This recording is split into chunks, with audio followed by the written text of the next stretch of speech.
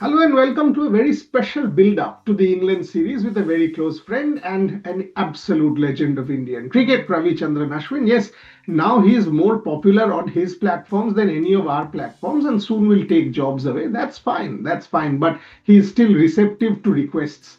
And this has been one long request made to Ash for a long time that we've got to build it together. By the way, I'm recording it at 6 a.m. India time, 6 a.m. England time because that's the only slot that was available that he had given me. But welcome, My God. welcome. Yeah, seriously, What, seriously, you are what, what, now. what are people going to think when you say all this, man? I mean, what else? This is the truth. I never sort of mask things. Anyway, but thank you very much for joining me. Love the straight talk on your platform, and a lot of people. In fact, when I was driving from Oxford to I think London, all of a sudden your message came, and the driver who was sort of getting us there said, "Is that Ravi Ashwin?" I said, "Yes." He said, "Can you tell me that I am the greatest fan of his channel?" I said, "Yes, I will." And he said, "My whole family," this guy is from Chennai and has a business here, "my whole family religiously follows his YouTube channel and every broadcast that he does. So I need to put that on record for you." Thank you. Very Well, humble. welcome, Ash. Transition, young team, new captain, vice captain. How are you looking at it? Okay, firstly, Boria, I need to address the first segment that you spoke about, taking away jobs, giving appointments. Let's just dwell upon that a little bit, right? I was talking to one very close friend of mine who's now into broadcasting. You can probably take your guesses at who it is. I don't want to throw him under the bus, but we were talking about how you, for the first time, I'm 38 years old, right? Like for a very large part of your career, you do things for passion. You wake up in the morning, you do certain things because you have to do it, and then when it becomes work, you end up doing it religiously because it's what you have to do, right? But once you're done, one of the greatest liberations you find is to be able to do what you want to do on your own terms. And I'm in that phase of my life where I want to do things on my terms, and I totally enjoy connecting with fans. And thank you so much for the person who dropped you and said that he's following my channel.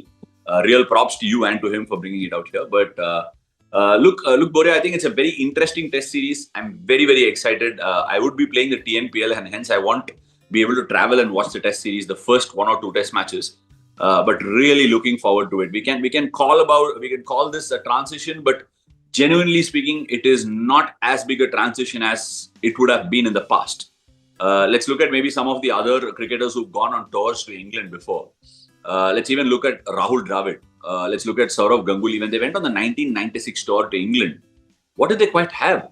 They didn't have anything.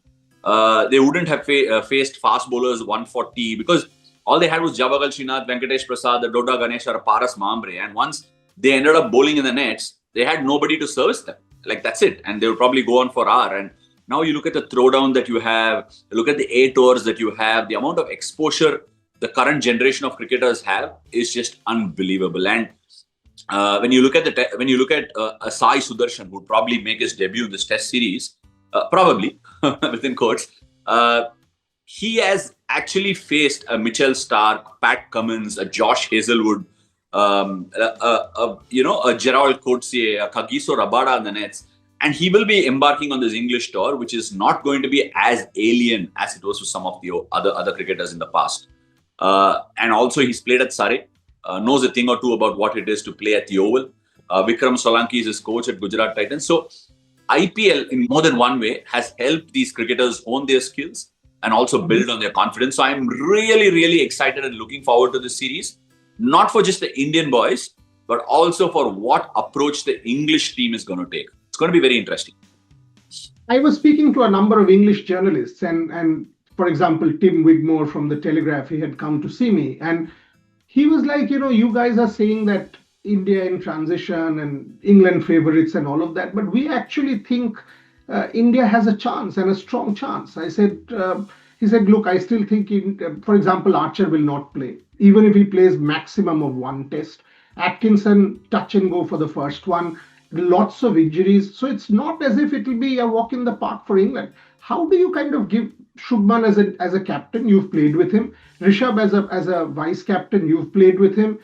For what I said was there is no Ashwin, there is no Virat, there is no Rohit. All of a sudden, you take 300 test matches away. So that is the kind of relative. For us, it will take a little bit of time to get adjusted to that, because you three have been the constants in Indian cricket in the last decade. Shubman as captain and Rishabh as vice captain, how do you rate them? Look, I'll start the question from where you began, the origin, and then if I do miss out on any of the points, please remind me. 300 test matches, that's a lot of experience. It's always, you can't buy experience in a shop, right? It's very tough to replace experience. Sure. But when the test match is on the line, when it's in a balance, when you're up against it, experience really counts for something. Sometimes in T20 cricket, experience might have few scars. You might end up doing mistakes. But when you're playing a test match, it counts for everything in the world. It will be missed, no doubt. The captaincy, the leadership, all those things will be missed. But let's not make one mistake, Boria. The recent tours on all these countries like Australia, South Africa, or England, India have done a very, very good job of being in the game despite losing players at different situations. Now let's see why that has happened. We're talking about batters. You spoke about Shubman, Rishabh, which I'll come to. But let's get this straight. Some of these great wins and competitive losses have come because of the bowlers. Indian bowling is by far one of the, not if the best, is one of the best going around in the world. Let's take the recent test series in Australia. That could have been, we didn't bat very well after the Perth test, but that could have been like a pushover in any other time. But the Indian bowlers kept you interested all the time. And there have been times when the Australian bowlers were struggling to keep the pressure on. There was one small podcast where I said if Boland hadn't played that series, India might have had an even better chance, for which people came after this and that. Those are opinions. People can have their opinions. The reason I said that was how well Boland bowled to the left-handers in comparison to the rest of the attack that they had. Likewise, they're going to miss Jimmy Anderson. They're going to miss Stuart Broad, who's incredibly good against the left-handers. And look at the left-handed lineup you have. Ravindra Jadeja, Yashasvi Jaiswal, Rishabh Pant. Now coming to... Sai Sudarshan. Sorry? Sai Sudarshan also. Sai Sudarshan. Now coming into this whole topic, because of this battalion of left-handers that India has got, who do they have to challenge the left-handers on wickets that are going to be placid if Bass ball is the route they're going to take? Now, if they're going to play on flat pitches, who do we have? We can actually bank and go back to Kuldeep Yadav, who can really pick those wickets on really flat wickets if they're going hammer and tongs. If anyway they're going to go at 4 runs and over, Kuldeep's going to be interested in the game. I think Indian bowling has got this. They've got it covered. Jasprit Bumrah is coming back from an injury, but there is enough depth for you to be able to rotate and keep the English batters under check. I personally think if Joe Root has a very good series, England's going to have a good series too. But if Joe Root is kept under the lid a little bit, India is going to really have a good chance. I don't think India is the underdog here. I think India have got a very good chance, and there is pedigree in that batting line. You mentioned Kuldeep Yadav, and I was kind of speaking to a number of people here, and everybody is saying that, look, somebody like a Jamie Smith at number 7 has never even faced left-arm wrist spin. A lot of these England batters, had Johnny Bairstow played, he would have had his number. So Kuldeep Yadav is being talked about a lot in this country already. But there is this thing, and we've seen this with you, cloudy conditions, no Ashwin. We will see Leeds green, no Kuldeep. India has done such things in the past. Would you kind of recommend that whatever happens, go with Kuldeep Yadav, come Leeds, because look, he's a possible match winner there, because we've made such kind of mistakes in the past. Your thoughts on that? I don't want to get into a controversy, but when you talk about the balance of that bowling attack, because Ravindra Jadeja is a constant, absolutely. Anyone else, 2 spinners, or Leeds again, 4 fast bowlers, 3 fast bowlers? Because from what it's like at the moment, it might just be Nitish Reddy at 7 and Shardul Thakur at 8. Your thoughts? Look, I think this is a very interesting debate. One of the reasons that's constantly raised up about who you're playing at number 8 has risen because of the inability of our Indian fast bowlers to be able to make runs. Okay, this is very largely spoken about. But let's face one thing. You said you're building upon controversy, mistakes in the past. I would never go to the past for accusing something, but I'll always go to the past for learning something. What's happened in the past is that India have lost test matches when they played their best bowlers, right? You've played a best bowling attack, but you've lost a match because your batsmen haven't come through, right? Now, interestingly enough, when you have 7 batters who are doing their job, And if they're not able to do their job to the best of their abilities in a particular test match, you're short of runs, the bowlers are not to be blamed. Unfortunately, like the belief that you show in the batters, there should be belief on the bowlers. The batters will eventually come through. And when they do come through, your best bowling attack will win you test matches. Unfortunately, Indian job, right? Coaching an Indian team or captaining an Indian team is an absolute honor, but it also comes with a lot of pressure, right? So when you do lose a test match, you're pushed to a corner of saying, okay, let's make a change here. What do I make a change for? Let's increase the batting depth. Rather, try and get your bowlers to make 10 runs more, which is a much more easier concept to do for you to play a good bowling attack. But having said all that and done, I believe conditions are king. And if there is going to be grass on the pitch, if there is going to be moisture in the pitch, which I think England should leave, if they don't, I think they're missing a trick. If they don't leave moisture, then Kuldeep Yadav must be a certainty and a fix in that team. But if there is moisture in that pitch, I think India will be in a bit of a catch-22 because I think Kuldeep should be there. So should Jasprit Bumrah. Whenever Jasprit is available and fit to be playing for that Indian test side, he should be number one. Alongside him, if you can play a Ravindra Jadeja who can give you control and bat in the top 5-6, and then if you have Kuldeep Yadav, now we're talking about a serious bowling attack which can dismiss any batting lineup in any conditions. And don't mistake, Siraj has been a warhorse. He's continuously delivered all the time. Even if he's had a few games here and there, he's delivered. So that's a serious bowling attack. We should have the ability to look at the bowling front separately and batting front separately. Just because your batsmen fail, a bowler shouldn't give way if he's your best bowler. I kind of agree with that because I think, Nitish Reddy, Shardul Thakur, when I look at them, Shardul, for example, had a fantastic domestic season. I kind of, and no disrespect for anybody.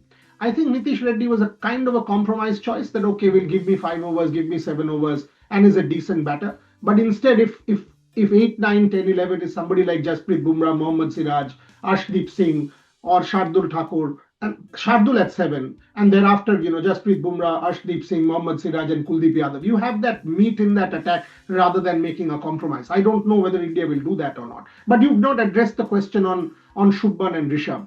Thoughts on Shubman and Rishabh, captain and vice captain?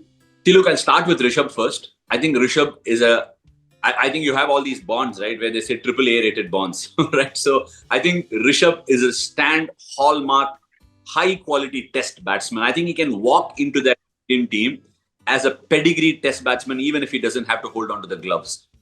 Fantastic test batter. Sometimes you can question the choice of shot selection, and sometimes, but that's the way he plays, okay? I mean, it comes with it. He's able to give you match-winning knocks. I'm sure he'll rectify that and become even more consistent. It's only a matter of time before he finds out that formula, but I think he's a high-quality test batsman. He should be walking in at number 5. Number 6 is a bit too low for him, in my view. Number 5, he's got a great defense. He's going to take down spin once again. I haven't seen a lot of bowlers nick him off or get him out LBW. Doesn't get out a lot. He has a lot of time on hands. Rishabh, the batter, is box office viewing, and I will definitely be glued onto the TV sets if he's batting. Shubman Gill, a lot of responsibility. I'm sure he's already overwhelmed by the kind of attention he's got being the test captain. It's not an easy job, high pressure job. But if I was Shubman going into that series, I would be wanting to get off to a really, really good start as a batter. Because England can be a very, very tough place to bat if it starts going around a lot. Shubman will, as a batter, will have a few question marks in his own head. Make no mistakes, runs bring you confidence, and confidence will rub onto captaincy. So I think if he makes some early mark in the series, I think India will have a great series. But if your captain doesn't get off to a great start, there will be a few questions raised. And I really wish that boy very, very well because I think he's a special player. However said and done, I think Rishabh goes into the series with a lot more certainty and a lot more surety than Shubman does. I think Shubman getting off to a good start is very, very important for the Indian team. I think you've not said a lot of things in what you've just said because, Shubman Gill is a potential choice rather than performance choice. We've all seen potential in Shubman Gill. We've said captain and gone ahead. And this is a very candid conversation. That's why I'm saying this, that last 4 years, no runs in Sena countries in that sense, 35 or whatever the average is. An Indian captain under pressure in England, it could just go downhill if he doesn't start well. Nobody is debating his potential. He has enormous potential. But to translate that into performance, maybe this England series will be important. And temperamentally, even say Australia, Sydney, that 1 over before lunch jumping out to Nathan Lyon, such kind of things have to be avoided as far as Shubman Gill is concerned. But you know, when I look at this, lineup, people haven't talked about the importance of Ravindra Jadeja. I was looking at a podcast with you, and you also mentioned that he was a leadership candidate. I think Ravindra Jadeja overseas has been kind of ignored. But look at some of the impact knocks he's played. Look at the kind of control he's exerted. Word on Ravindra Jadeja and the importance of Ravindra Jadeja. Look, I just want to dwell upon the first part of Shubman. Yes, we've spoken about, you spoke about a couple of decisions he's made while he's batted in important situations in a game. I think Test cricket or any form of the game is a lot about game awareness, right? And game awareness, some people have it, some people develop it, and some people just take time to, get accustomed to it. But with respect to Shubman, there are a couple of instances which I have noticed, which shows me that this potential is translating into solid meat. I'll tell you why. We are playing this test match in Ranchi against England. A very tricky game. One of the finest test matches in the recent times that I've been a part of. And Shubman's second innings 50 spoke volumes of the attitude the boy has got, right? You spoke about potential. Potential is an overrated word in my book. Talent is also an overrated word. Unless and until you know how to utilize them, it's a wasted cost. But that particular innings spoke volumes about that boy, about what he can do. He's able to adapt. He wants it. In this day and age, wanting test cricket with such potential is a rarity. And the next game he goes to Dharamshala, plays a fabulous knock again in that test match. So these are things that speaks volumes and holds him in good stead. Like I said, Shubman Gill, the batter, if he's able to make the adaptation that Virat did in 2018 after the 2014 test series had, which is what we all should hope for. Many a times I feel as a fan or a stakeholder of the game from the outside, we want these guys to fail. No. Not at, yeah. Want him to succeed for the welfare of Indian cricket, and I do want that for him. The next part of your question was about Ravindra Jadeja. Just one more, because you see, I see when you just said that people want these guys to fail. I've written this at length that the idea of Indian cricket now is social media and trolls, and it is as if it will give an opportunity for people to jump on. The fact is, Shubman Gill scores in England. Test cricket will benefit. A stronger India means stronger Test cricket. You want your captain to stand up and make that Virat transition. And there's no question, when Shubman bats, pleasing to the eye, ability, you can see all of that. And that's when I said, you want this guy to just kind of cut down on these things, because it will be huge pressure. If he doesn't perform in the first couple of games, people will go up in arms and all of that. And it's not going to be easy. So yes, fingers crossed for Shubman Gill. One further point on Gill. You mentioned, I think the words you used was he wants to do red ball and has that awareness. So is he when Virat retired, a lot of us said this guy was the ambassador for red ball batting or red ball cricket. Do you reckon Shubman Gill and Rishabh Pant are the two ambassadors for red ball cricket going forward? Uriya, the first half of the statement is something that I don't agree in the first place. Cricket is way, way higher than anybody that's played the game or will play the game. I think we don't need people to be, above the game at all. We all know you've been covering the game for such a long time. And I love this game. I respect the game so much. Nobody that walks the park is somebody that does good for the game. The game does good by them, or the game does bad by them at a certain stage. So I understand this.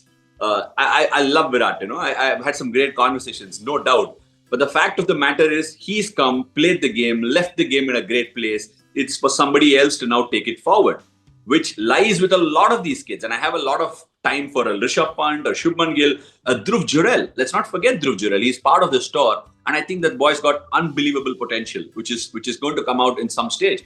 Yashasvi Jaiswal, looking forward to these guys carrying this baton forward. But what I'd love to see with them is the attitude and the want and the desire that Virat showed.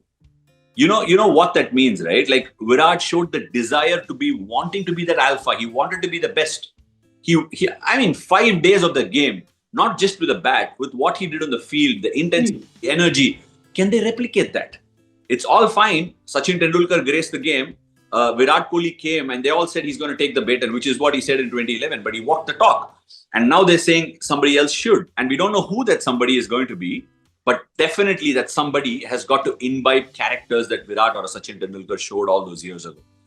So for me, carrying this legacy forward is the responsibility of every single one that's on the tour. That includes the coach, the staff, everybody. You make those cricketers, but it's for them to show the energy and desire to be able to replicate that. But I would be failing in my duties if I didn't touch upon Ravindra Jadeja.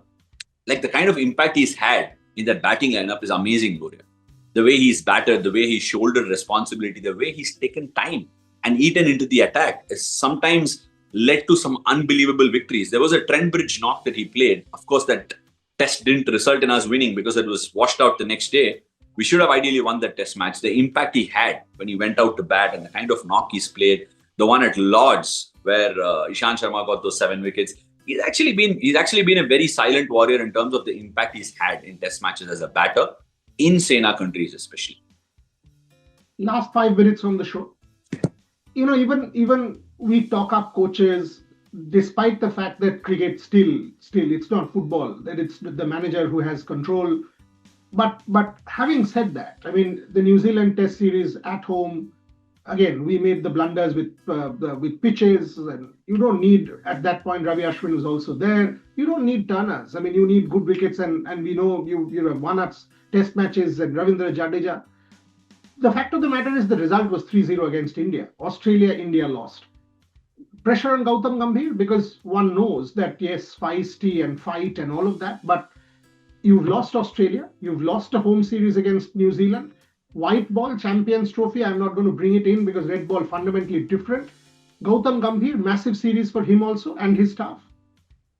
Look, I think what do you really center this around in terms of what Gautam can bring to the table? Because he's lost 3 players in the last 3 months and who are all coming in with potential experience. In all honesty, let's just face this. This is a sort of team that he would really enjoy being in, right? Because it's a team that's completely young. They're going to literally want to eat out of his hand, like want to learn from him, want to ask him a lot of questions. I personally think he'd be very, very comfortable around the dressing room dealing with a lot of these guys. He can add a lot of value to them. The only thing that I would want to see through this series is, if you think it's going to be a bed of roses, no. If you think it's going to be a real hard one, maybe not, because I think this team's got a lot of ability. The one thing that I'd love to see through and through the series is a lot of stability, Boria. A stability around the players playing in the 11. One loss not dictating into 3-4 changes for every game. Allow the players to groom in, because this is a young team we are talking about. I know if it's an experienced team and you're not getting the results, jiggling it is important because if the seniors are not contributing, then the team's not getting anywhere. But with the youngsters, the security of place is very important. They should feel secure around the team environment. They should feel like leaders in many ways. We talk about captaincy. In all honesty, everybody leading their space very well will ensure that the results are going to be there for the taking. So I think feeling comfortable around the team, maybe getting the best out of somebody like a Jadeja, getting the best out of somebody like Kuldeep, ensuring that Jassi is in a great space to be able to deliver when he walks out to bowl, looking after his body, having that communication and having a lot of calm and stability will dictate how this series pans out. Because I'm sure we'll win test matches there if all the boys are given the security that they deserve. Final question has to be on Jasprit Bumrah. When I see the series, Leeds 20th June, and then you finish on 24th. Here I'm saying results will happen unless there is weather. Next test match is 2nd July. So you're giving Jasprit Bumrah whole 8-9 days, 7-8 days. The third test match, 3 days, Lords. Fourth, again, 8 days, Manchester. If you don't play Lords, you are giving your body close to 2 weeks to recover. How would Ravichandran Ashwin have handled Jasprit Bumrah? 1, 2, 4, 5? 1, 2, 4? Because clearly you are giving him that kind of break. Obviously, he knows his body the best.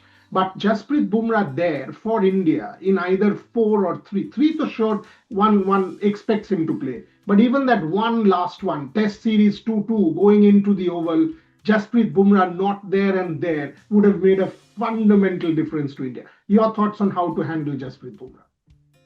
Look, Boria, I think I'm going to embark on a very, very deep subject. So forgive me if it takes a minute or two more than what I must. Your time, not mine. I would have kept going for any time. The word on this is, how do you handle not just Jasprit Bumrah? How do you handle your bowling attack, the fast bowling battalion that you've got, or even the spin bowling battalion that you've got? We are in an era where there is a lot of science, there is a lot of data that's available. The Indian team has a small device on the backside every single time they walk out. It's called the catapult, right? I'm not going into the name of the brand, but it's a tracking device, and this device gives you the high speed at which you're running. It gives you the amount of distance you've covered. It gives a lot of fascinating data, right? Now, there are two sides to the coin. One is the data you have, and the second is the interpretation of this data, right? Only people that can interpret it well and also have the ability to transfer it will be able to utilize this really well. We have this data currently being used by the trainers who put the chip on your backside, and then you get data arriving from it. Then you've got a medical team sitting in the NCA. Then you've got a medical science team, which is the physiotherapist and the doctor that's inside the Indian team. Now, I have a serious question to ask, and I'm sure Jassi would be listening to this, and I hope he has a view on this. I would like to know, in the last 2 or 3 years, when Jassi has actually gone through this tough phase, where he's gone into surgery once and he's gone into a break the other time, is what is the maximum peak capacity running speed for Jassi? And what is the dropping point, and when has he felt jaded? What is the speed at which he's going when he's tired? What is the maximum speed is achieved when he's going on well? Because every bowler has a rhythm and the run-up speed. The run-up speed and the movement around the park and the fluidity around the park will tell you whether the bowler is tiring out or not. It is very, very essential, even more paramountly important for a fast bowler to be able to look at with this sort of an eye. If you have numbers, Boria, you will know when to rest a player. If you have numbers that is dictating the fact that this is when he tires out and this is when he'll get a break. Because as of now, we are going with the feel of it. Because now it's 2 times and it's repeated for Jassi twice, that he's going to say, hell with your numbers. I don't want it anymore. Because that's not happened in the past, where Jassi has been dictated with proper data science and given the ability to make a informed decision. That's not happened in the past. So now you have to go with the feel of it. If Jasprit goes and turns up and says, my body is not feeling okay, I can't turn up for this test, you'll have to throw your hands up and say, okay, Jassi, take a break. Right? He is not going to come back unless and until he's going to feel all right. Now it's a feel thing. If you had the data in the past and if you can crunch on the data, even now it's not too late. You will have to go back, crunch on this data and come out and then figure out when he's broken down. If that can be done, we'll know when Jassi is in the prime optimal position. You can actually figure this out even while he's running at training, even while he's gymming, what sort of loads he's able to lift, what sort of dynamic ability he's able to put on the field, how is he practicing. If you can track that down, you can definitely nail this down with a lot more optimum intelligence than just the feel of it. When you go with the feel of it, you can get it wrong. I think that is the high point of the show, the use of sports science. We all talk about sports science and the progress of sports science and the use of sports science. Ravichandran Ashwin has just broken down how sports science and the back room and the support can be utilized. And he started the show saying Saurav Ganguly and Rahul Dravid in 1995-6, there was no sports science. Things have moved, and make the most of what you have at your disposal, because objectification rather than subjective assessment could give India a better understanding of how to utilize Jasprit Bumrah. See, there is one side which is sports science, but I wouldn't say just go with it, right? There is 2 things to it. When you go to a doctor, when he's treating you, he not only treats you according to what your blood reports say, he also goes by the symptoms that you have. So, for example, Jassi has gone through a certain thing and the numbers are indicating it. I would go to Jassi and say, hey, Jassi, you know what? This looks like it's dropped a bit. How do you feel? And if he says, I'm feeling okay, I want to go, I'll go with the player. But if I'm saying this is matching up with how he's feeling. But it kind of gives a warning also, or an understanding that, look, you can go and inform a player rather than him having to break down. So it kind of gives us parameters based on which we can judge better and be prepared better. So that's no artificial intelligence or sports science or data can replace human intelligence or human endeavor. That is taken. But the mesh of the two is the need of the hour. I think we have got it, but we haven't utilized it from what you just. Informed decision making is the key. That's it. I think this will be a fascinating series. Ravichandran, Ashwin, I know you will be playing the TNPL. Hopefully later on, maybe Lords, maybe the third test match. Hopefully you will be in this country and we will physically be able to catch up. But always a pleasure, absolute pleasure talking cricket with you. But yes, I repeat that you will take away all our viewers and that is the future. So you will employ all of us at some point in time. I'll close the show on that note, but we must collaborate. One thing I have to say this. I will always and always remember that call in Paris. And the next Olympic Games, you are coming with me for Revsportz to cover the Los Angeles Olympic Games. I will take that offer on. I'll absolutely love it. Look forward. Thank you very much. Stay well, stay happy, and keep doing great work. Absolute pleasure. Thanks a lot.